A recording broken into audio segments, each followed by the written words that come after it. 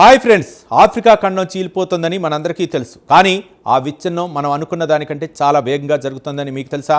భూమి లోపల పొరలు అత్యంత వేగంగా పలచబడిపోయి ఆఫ్రికా ఖండం విడిపోవడానికి కౌంట్డౌన్ మొదలైందని శాస్త్రవేత్తలు తాజాగా హెచ్చరించారు.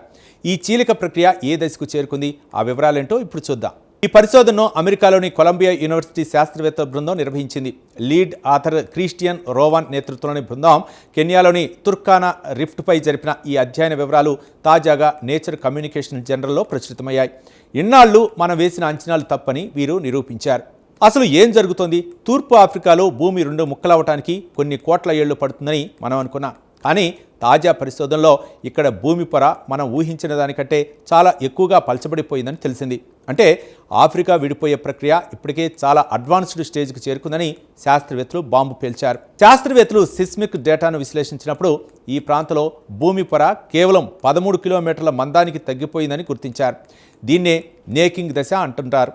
అంటే ఒక చాక్లెట్ను లాగినప్పుడు మధ్యలో ఎలా పలచబడి తెగిపోవడానికి సిద్ధంగా ఉంటుందో ఆఫ్రికా ఖండం కూడా ఇప్పుడు సరిగ్గా అదే స్థితిలో ఉంది.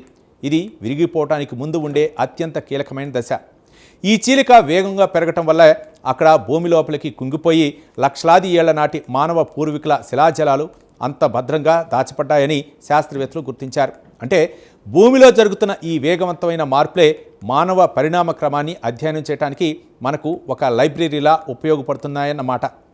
ఈ చీలిక ప్రక్రియ మనం అనుకున్న దానికంటే ముందే ఓషియానైజేషన్ అనే ఒక కొత్త దశకు చేరుకునే అవకాశం ఉంది.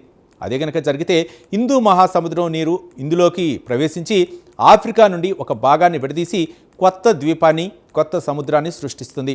ఇది కేవలం భవిష్యత్తు గురించి మాత్రమే కాదు, భూమి అంతర్భాగంలో శక్తులు ఎంత వేగంగా మార్పులు తెస్తున్నాయో చెప్పడానికి ఇదొక నిదర్శనం.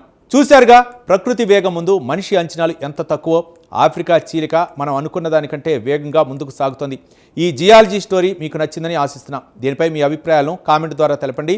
వీడియో నచ్చితే లైక్ చేసి ఛానల్ని సబ్స్క్రైబ్ చేయండి. Thank you.